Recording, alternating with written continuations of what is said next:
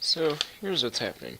Russia is being a big bully and is starting to invade parts of Ukraine. They took over Crimea already by means of a vote, but the vote was deemed illegal by the United Nations.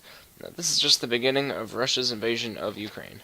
Another problem is just recently, pro-Russian militias have taken over Ukrainian government buildings. Now, it seems like some Ukrainian citizens want to be part of Russia. These citizens are mainly found to the east of Ukraine.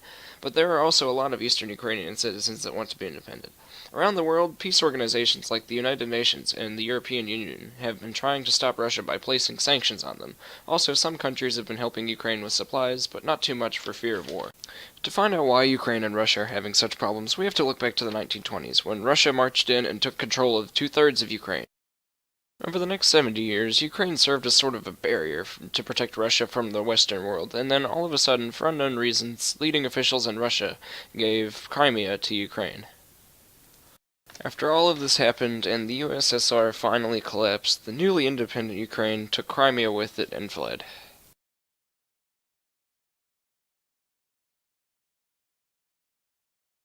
Ever since gaining their independence, Ukraine has been rocked with a series of revolutions, the most recent of which has led to the disappearance of the Ukrainian president. Putin has seen this unrest as a way of Russia regaining a sphere of influence over Ukraine, or at least preventing the EU from getting more influence in Ukraine.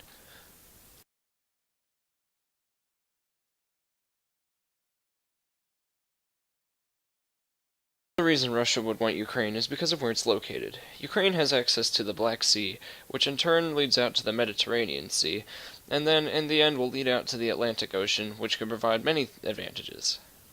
The area of Crimea also has many municipal things, such as airports and other ports, that would allow for easier transport of troops and soldiers around the area for Russia.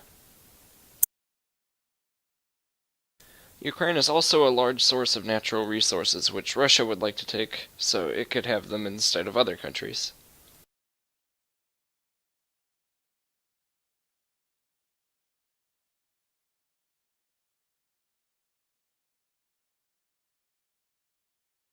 In conclusion, Russia and Ukraine have been feuding for a very long time, and they still are. The outcome of their conflict is uncertain because both have had triumphs over the other, but they'll most likely bring the rest of the world with them in their conflict because they are allied with so many different countries.